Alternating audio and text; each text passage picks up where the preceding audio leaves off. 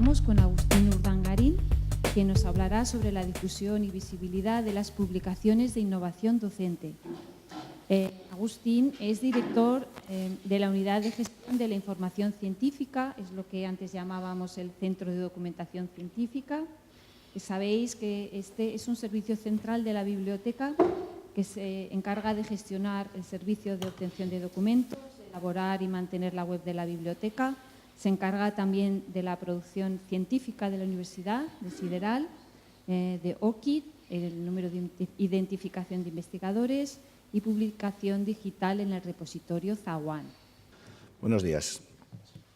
Los agradecimientos de rigor. Muchas gracias por haberme invitado.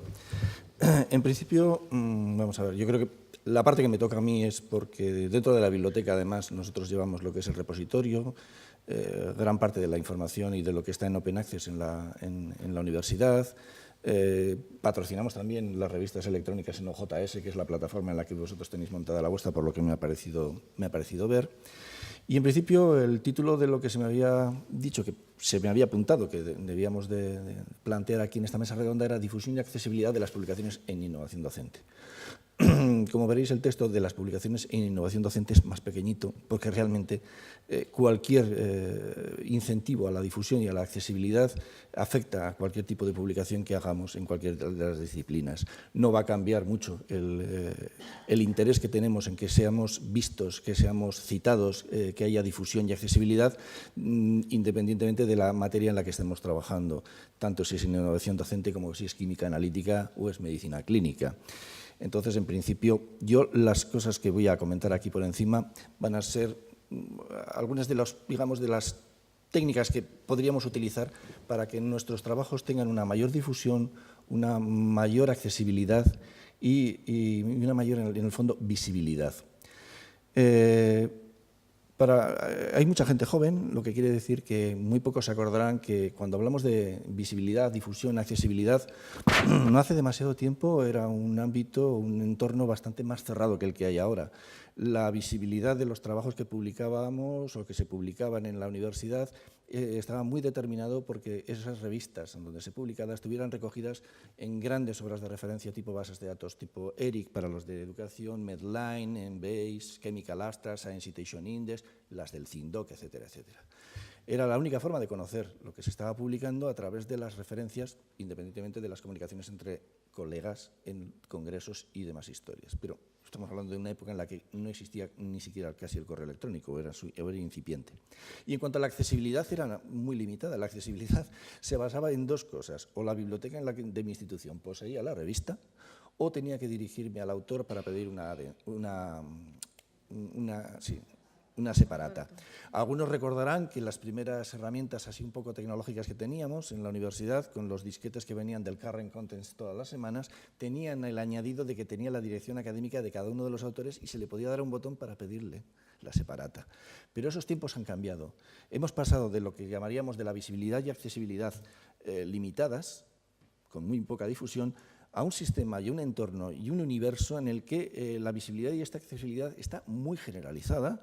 Hay mucha mayor difusión. Hemos pasado de acceso a las pequeñas bases de datos, a las grandes bases de datos, perdón, como única fuente, a lo que es un entorno de red social en el que además tenemos esas mismas bases de datos con otros sistemas de acceso mucho más universalizados y mucho más generalizados, pero es que además tenemos un entorno en el que la accesibilidad y la difusión están ampliamente soportadas por numerosas nuevas herramientas. Y en este caso, ¿qué es lo que va a suceder? Pues seguimos manteniendo, esto lo voy a pasar muy rápidamente porque tenéis el acceso, el correo, el PDF donde se explica un poco estas nuevas herramientas o estos nuevos indicadores con los que estamos manejándonos en estos momentos, los tenéis en el PDF que está al pie de la página, ¿no? Pero básicamente yo diría que mantenemos los tradicionales, esto sería lo clásico, es decir, seguimos siendo un poco esclavos del famoso Journal Impact Factor para que se nos evalúe la producción en cuanto al factor de impacto de la revista en la que hemos publicado, sino que se lo pidan a los de la NECA y compañía cómo se evalúan. Han aparecido desde hace años otro tipo de herramientas muy similares y basados en lo mismo, lo único que con 3 años, con más revistas, los del CIMAGO, etcétera, etcétera. Pero realmente la idea de que se empieza a tener en cuenta a la hora de evaluar nuestras publicaciones, muchos otros entornos, viene definido porque... Paso el mío, no el vuestro, no hacemos nada. Hay el citation count, por ejemplo, en el que simplemente se evalúan el número de citas de una publicación o el document count sobre un grupo de investigadores o sobre una persona en concreto. Estamos hablando del famoso H-index, el índice de Hirsch, en el que se evalúa dónde está el artículo, en qué orden está el artículo y el número, que ha recibido el mismo número de citas que el índice que marca, en el orden de la tabla. Estamos hablando de sistemas de compensación o de evaluación de citas. Estamos hablando del impacto por publicación, estamos hablando del impacto normalizado, y la verdad es que, en el fondo, porque, por ejemplo, el Scholarly Activity Online, cuántas veces en tu institución se está reflejando tu artículo, cuántas veces se ha comentado en foros o en sistemas de la red social. Estamos hablando también de cuántas veces se menciona en medios que no son meramente solo académicos, o actividad, la Social Activity Online, en los microbloggings y demás. Es decir, existen en estos momentos un montón de herramientas que no solamente están recogiendo lo que podrían ser las citas en las revistas recogidas en el WOS, las citas de las revistas recogidas en el Scopus, sino que están recogiendo muchos otros recursos en los que nuestros trabajos, los trabajos que publicáis, pueden estar siendo referenciados, y no tienen por qué ser solamente en los artículos. Bien, es verdad, en estos momentos la mayoría de las evaluaciones se realizan sobre las herramientas más clásicas, pero da la sensación de que el mundo se mueve, y se mueve muy rápido. Y no tardaremos en ver sistemas alternativos, complementarios, no alternativos, porque yo creo que el sistema actual del índice de citas seguirá manteniéndose, pero realmente vamos a conocer herramientas novedosas, y es evidente que el posicionamiento, la difusión y la accesibilidad sobre los documentos que estamos publicando son determinantes a la hora de que aparezcamos en estos nuevos sistemas de conteo. Ahora podemos utilizar nuevos sistemas para incrementar la difusión. Antiguamente, hace 15, 20 años, yo creo que una vez que uno había recibido ya la aceptación del trabajo y se publicaba, la función del autor quedaba en difundirlo entre colegas, difundirlo en algún congreso, pero realmente era casi una función casi terminada, realmente. En estos momentos yo creo que el panorama es totalmente diferente. Ahora, más vale que el autor de un trabajo se convierta también en un actor proactivo de su propio trabajo, que lo difunda, que haga marketing, que se preocupe de en qué momento está en la revista, si está ya en lo que llamaríamos el grupo de artículos que se publican antes de publicación en la Head of Print, antes de recibir numeración, paginación y demás, si ya ha sido publicado definitivamente, porque tendrá que realizar una serie de pasos secundarios que son importantísimos a la hora de divulgar y difundir. La accesibilidad hablaremos después. Entonces, publicar yo creo que conlleva nuevas actitudes y actividades, y desde luego no hay que esperar que el artículo por sí mismo genere todo el tráfico de citas. Si hiciésemos una comparación entre dejar el artículo una vez publicado sin ningún tipo de acción y hiciésemos la comparación con algún tipo de acción proactiva por parte de los autores, veríamos que puede haber una gran diferencia en el número de citas recibidas y en el número de sitios donde apareceremos referenciados. ¿Qué acciones de difusión y visibilidad podemos ejercer? Bueno, ¿cómo incrementarlas? Bueno, hay algunas que son, como decía Bernardino, de perogrullo también. Hay cosas que son evidentes y que no cambiarán, y no cambiarán ni en este entorno ni en el que teníamos. La primera de todas, evidentemente, es publicar en revistas con el mayor factor de impacto posible. Eso es algo que llevamos buscando siempre. Cantidad de profesores que vienen y buscaban en su día, cuando el acceso al WOS, al antiguo Science Citation Index y el Journal Citation Reports estaba mucho más limitado, acudían a la biblioteca para solicitar el listado de revistas con mayor factor de impacto en su área. En el caso de innovación docente, a tenor de lo que se ha comentado aquí por mis acompañantes en la mesa, sí que es verdad que igual no es posible encontrar muchas revistas con el tema específico de la innovación docente, pero la realidad es que estamos viendo artículos de innovación docente como se aplican a diferentes disciplinas en revistas que son de la disciplina pura. O sea, te puedes encontrar revistas de química analítica donde se están mostrando investigación innovativa en la enseñanza de la química en medicina, ni os cuento, en revistas de medicina, incluso en tipo Lancet, tipo New England, Journal of Medicine, te puedes encontrar artículos de innovación docente porque realmente son importantes, son interesantes y los han publicado en revistas que son médico-clínicas. Es decir, el ámbito no se limita a la innovación docente.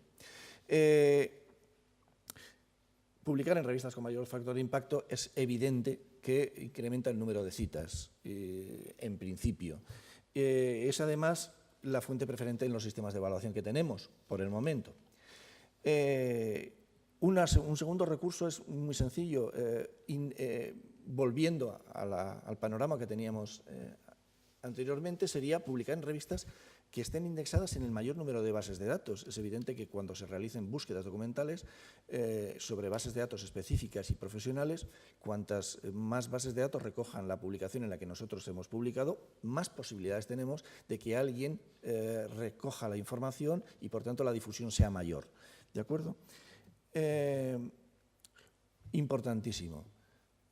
Y ya empezamos a cuestiones de tipo muy claro de publicación. Usar una única forma de nombre. Nosotros nos hemos encontrado desde hace muchísimo tiempo, y eso es algo que en el panorama, sobre todo de los apellidos españoles, sucede muy comúnmente, que la referencia de los apellidos en las diferentes bases de datos, en el momento en que ponemos dos apellidos, son realmente desastrosas.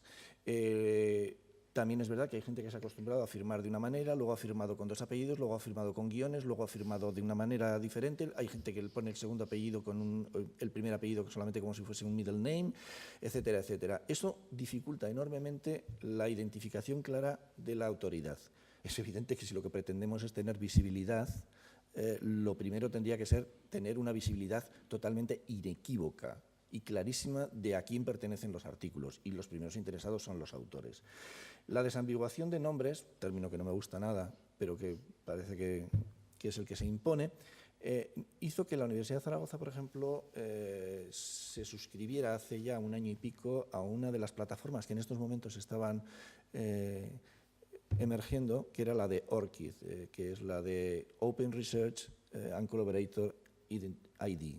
Es un sistema internacional, además está patrocinado, lanzado por las grandes editoriales y algunas de las grandes bibliotecas, el MIT, la de Oxford, Cambridge, Elsevier, Springer, etcétera, etcétera, que buscaba agrupar dentro de una única herramienta, porque hasta ahora teníamos el Research ID, teníamos en el WOS, teníamos el del Scopus ID para el Scopus, y ante la tesitura de tener que utilizar diferentes fuentes para normalizar los nombres, se lanzó una propuesta unificadora, que era la del ORCID, que es un sistema en el que cada autor recibe un número, que es un grupo de son 4 dígitos, 16 dígitos en grupos de 4, que es uno y único de por vida, que independientemente de la institución en la que tú vas viajando, te lo vas llevando a la chepa, contigo como una mochila, y significa que en estos momentos nosotros tenemos la capacidad de, a través del número ORCID, identificar clarísimamente quiénes son los autores de la Universidad de Zaragoza, porque en estos momentos, por ejemplo, Elsevier, Springer y compañía exigen en el momento en que mandas un artículo que les digas cuál es tu ORCID, y si no se lo dices te dicen que te des de alta. La Universidad de Zaragoza lo que hizo fue una cosa para evitar la posibilidad sobre todo de lo que vamos a hablar en el siguiente punto, que es la identificación institucional. Lo que hizo fue hacer una suscripción de forma centralizada para poder dar de alta de forma volcando, digamos, a los investigadores y profesores de la Universidad de Zaragoza, dándoles los nombres institucionales de forma estandarizada. Y hasta donde sabíamos, si poseían también un número en Scopus, un número, etcétera, etcétera. Aquí tenéis dos pantallazos. Yo no he tapado los nombres porque en principio esto es una herramienta donde los autores son los que deciden qué es lo público, qué no es lo público, qué quieren divulgar y no quieren divulgar, qué quieren ver y no quieren ver. Y en esta pues podemos ver dos autores. En el caso del de la izquierda aparece el nombre, un epígrafe para la educación, otro epígrafe para el trabajo donde trabaja, que pueden ser varios sitios, evidentemente, y luego su bibliografía. Y luego aparece además que es un Research ID con su número correspondiente y su enlace. En el de la derecha lo que he hecho ha sido ampliar un poco para que veáis que esta herramienta, ahí está el número ORCID, que es el 000002, etcétera, etcétera, pero también es una herramienta que nos sirve a los autores para decir con qué otros apellidos puedo estar apareciendo dentro de las diferentes publicaciones, porque me lo cambiaron o porque utilicé otro, simplemente, ¿no? Entonces, es una herramienta que vamos integrando, además, dentro de otros servicios de la universidad, y lo estamos integrando dentro del catálogo de la universidad para que podamos recuperarlo, dentro del CRIS de la universidad, que es el Sideral, y yo creo que dentro de Campal, dentro de poco también. De forma que tengamos una herramienta en la que no tenga que andar buscando pues, a García Irastorza o a Irastorza, porque firma de una manera o firma de otra. ¿De acuerdo? Entonces, directamente recuperaremos. Usar el nombre de la institución de forma correcta es uno de los grandes quebraderos de cabeza de esta universidad y del Hospital Clínico, de la Universidad de Valencia, supongo que también, y de cualquiera.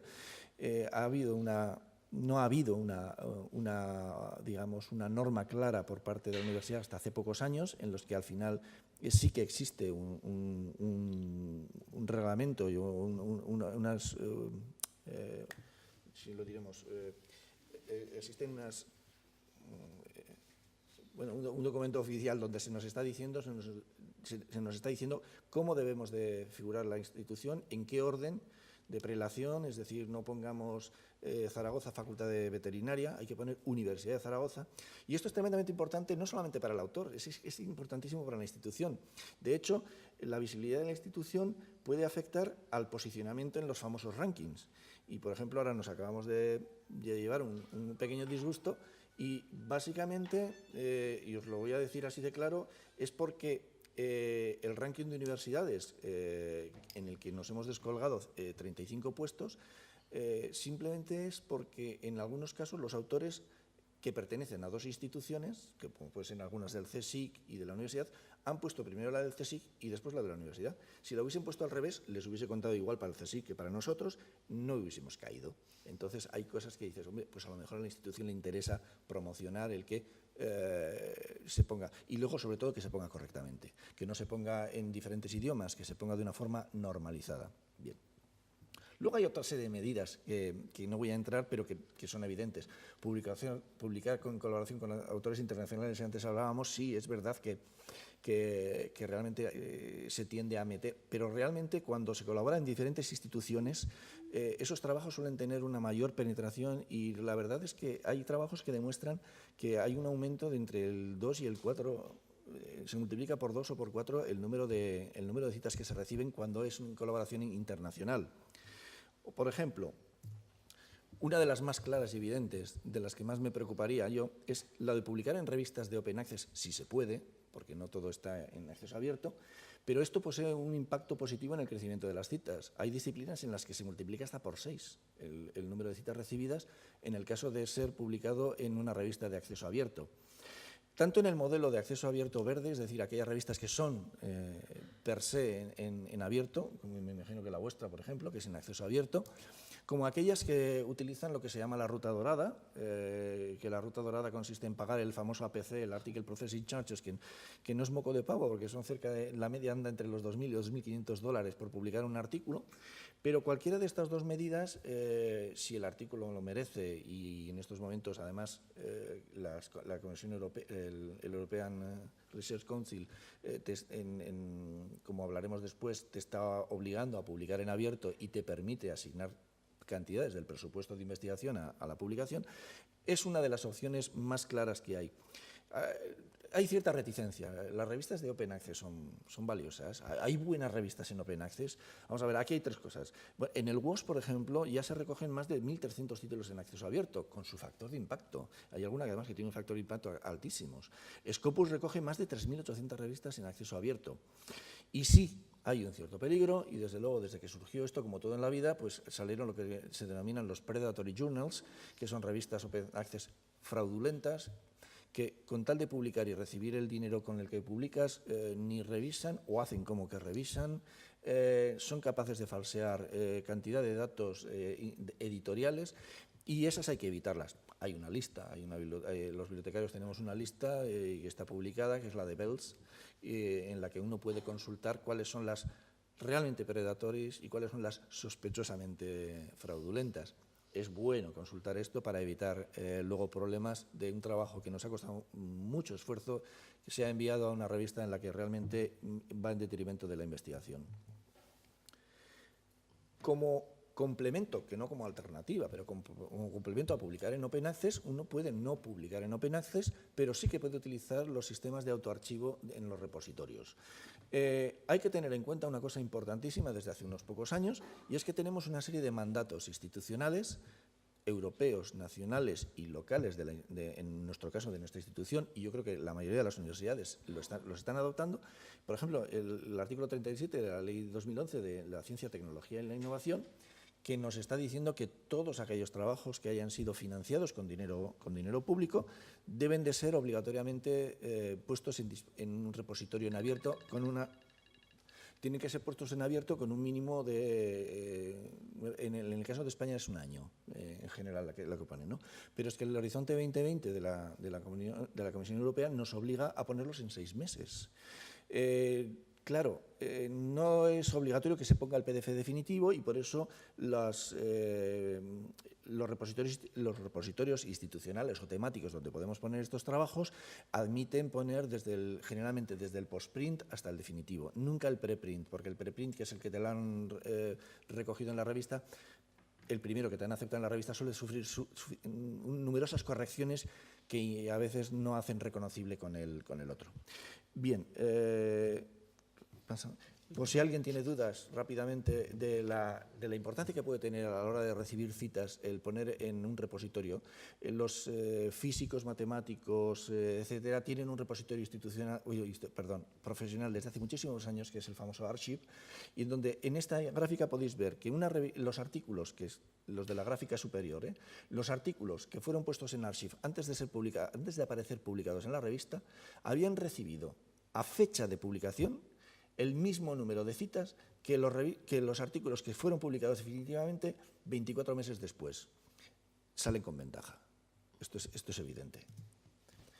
Nosotros tenemos nuestro repositorio en la Universidad de Zaragoza, que es el Zaguán, que en este momento tenemos cerca de 1000 artículos a texto completo, solamente desde diciembre del 2015, y en los cuales ya hemos enlazado, como veis aquí, el ORCID en cada uno de los autores. Se puede ver su biografía y su producción en ORCID, el enlace al PDF, pero también incluimos la información y los metadatos sobre la financiación, que es obligatorio de cara a la Comisión Europea cuando hace la evaluación de los programas de investigación. Bien. ¿Qué cosas más podemos hacer rápidamente? Pues, evidentemente, promocionar el artículo desde el mismo momento de su aceptación. Las redes sociales, importantísimo. Debe llevarse un continuo seguimiento del artículo e informar en todo momento, en los sitios adecuados, de cómo está, dónde se encuentra y cómo acceder al mismo. Es un continuo marketing. ¿Cómo? Primero, incluir las referencias en nuestra página web, en la del grupo de investigación, en la del departamento, en de la universidad o institución a la que uno pertenece. Incluir la cita bibliográfica en nuestro currículum vitae público, ya sea el de ORCID, ya sea el de Research ID, ya sea el ResearchGate, o en la Academia Edu, o el Epernicus, o en todos, no en uno. Compartir la bibliografía personal en gestores bibliográficos, está mal escrito, colaborativos, tipo Mendeley, RefWorks con el RefShare, etcétera, etcétera. Eso da visibilidad, eso da accesibilidad también al documento. Anunciar en nuestros perfiles sociales la publicación de los trabajos, tanto en Facebook, como en Twitter, como en LinkedIn. Compartir con otros los datos de investigación. Por ejemplo, ahora se está poniendo, no de moda, sino casi obligatorio, el poner los datos con los que se han obtenido la información en los famosos Open Data, repositorios de Open Data. Asegurarse de que se incluye esta referencia dentro del CRIS institucional, o sea, que nuestros trabajos, en el caso de Zaragoza, suban a Sideral y sean visibles ya en Sideral. Utilizar los sistemas de blogs, los de podcast, profesionales, no cualquiera, en los que discutimos habitualmente de los asuntos de profesionales. difundirlos a través de los canales institucionales, gabinete de prensa, etcétera. Nosotros estamos acostumbrados en la universidad desde hace mucho tiempo, el gabinete de prensa, antes que no aparecíamos de ninguna manera, ahora cuando hay alguna publicación que es de interés, que ha sido publicada en algún sitio importante, es difundida para todos. Si se pueden hacer presentaciones o son motivo de PowerPoint alguna de nuestros trabajos, compartámoslo en SciShare, por ejemplo. Monitorizar los artículos, por ejemplo, con Altmetrics, etcétera, etcétera. Ahora, por ejemplo, nos encontraréis que este es el Alcorce, que es nuestra herramienta de búsqueda en la universidad, donde busca en todos los recursos a los que tenéis acceso, y ya empieza a aparecer un icono con los trabajos en los que se nos está diciendo cuántas veces se ha descargado, cuántas veces ha tuiteado, cuántos ha compartido, cuánta gente le ha dicho que le parecía correcto, cuánta gente lo ha metido en Mendeley, cuántos lo están compartiendo, quiénes lo están leyendo. Es evidente que todas estas herramientas nos van a dar una mayor difusión y una mayor accesibilidad. Conclusiones, aprovechar las opciones de difusión, de Open Access, repositorios que nos den visibilidad, difundir, publicar, publicitar y compartir en todos los recursos de la red social e identificar correctamente e inequívocamente la autoridad y la institución como básicos. Tenía alguna cosa más, pero como me estoy pasando, me voy a parar ahí, perdonadme.